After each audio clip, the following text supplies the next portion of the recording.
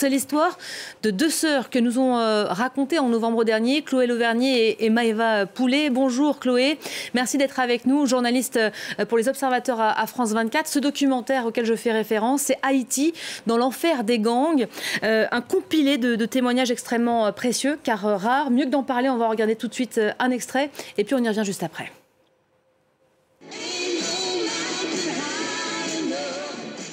En Haïti, cette vidéo est devenue virale après leur assassinat. Sherwood Sondji Desenclos avait 28 ans. Saradji Desenclos, 24 ans. Elles ont été tuées le 20 août avec leur mère, Josette Fils. Les bandits ont voulu les kidnapper. Elles ont résisté et à ce moment-là, les malfrats ont fait feu sur les dames. C'est toute ma vie qui est partie en fumée. C'est toute ma vie. Voilà, enquête entièrement réalisée à distance. Chloé, ce qui en ressort finalement, c'est qu'en Haïti, la mort, elle est à chaque coin de rue. Oui, exactement. Alors déjà, la majorité de Port-au-Prince est sous le contrôle des gangs. Et même dans les zones qui ne sont pas directement contrôlées par un gang en particulier, les habitants peuvent être victimes d'attaques ou de balles perdues quand ils sont chez eux ou dans la rue. Et ça se passe quand des affrontements se produisent entre gangs dans d'autres quartiers. On va d'ailleurs écouter un témoignage à ce sujet. Qui date où tu prends balle là? 3. Qui la joue? 15 ans. Qui soit t'a fait dans le moment où tu prends balle là? Pas de ma descendre. Je suis pour un bail dans le dos. On marche escalier? Oui. Cette adolescente a été blessée par une balle perdue. Elle a été filmée par notre observateur, l'un de ses voisins, à Solino. Dans ce quartier, les gangs ne s'affrontent pas directement, mais les habitants sont régulièrement touchés par des balles perdues. Voilà, donc vous l'avez vu, ça c'est un témoignage qui a été récolté à distance par notre équipe et comme tout le reste en fait de l'émission, toute notre émission a été fabriquée comme ça, avec des témoignages récoltés à distance. Façon très particulière finalement de travailler. En même temps, ça vous a aidé à avoir accès à des zones totalement fermées, verrouillées. Oui, c'est ça. En fait, l'avantage de travailler comme ça, c'est qu'on a réussi à interviewer des dizaines de personnes dans des quartiers où on n'aurait pas forcément pu avoir accès si on avait été sur place.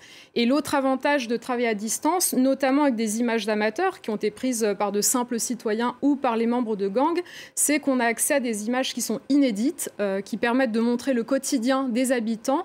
Et c'est des images qui sont différentes de celles prises par les journalistes, puisque les journalistes ne peuvent pas entrer dans tous les quartiers, comme je l'ai déjà dit, du fait de l'insécurité et des risques d'enlèvement notamment. On va d'ailleurs écouter le témoignage d'une personne qui a été enlevée à Port-au-Prince. Un de nos observateurs, que nous appellerons Patrick, a été victime d'enlèvement cette année dans l'ouest de Port-au-Prince. Il rentrait du travail lorsque des individus l'ont forcé à monter dans une voiture, puis conduit dans une cellule. Quand je suis arrivé à la cellule, j'ai pu trouver 10 autres personnes qui ont été enlevées. À partir du 5e jour, j'ai été bastonné. On m'a même introduit dans la bouche et une arme. Les menaces étaient constantes et je voyais la mort en face. Pendant cette émission, on a abordé plusieurs aspects de cette crise finalement. Difficile dans ce contexte d'appréhender l'avenir, les perspectives pour les Haïtiens. Vous êtes resté en contact avec ces témoins. Qu'est-ce qu'ils vous disent aujourd'hui ? Oui, il y a quelques jours encore, j'étais en contact avec l'observateur qui a filmé sa petite voisine victime de balles perdues à Solino. Et il me racontait que des gangs avaient tenté d'envahir son quartier début mars pour le contrôler et qu'ils avaient été repoussés par les habitants et par la police. Mais ce n'est pas toujours le cas.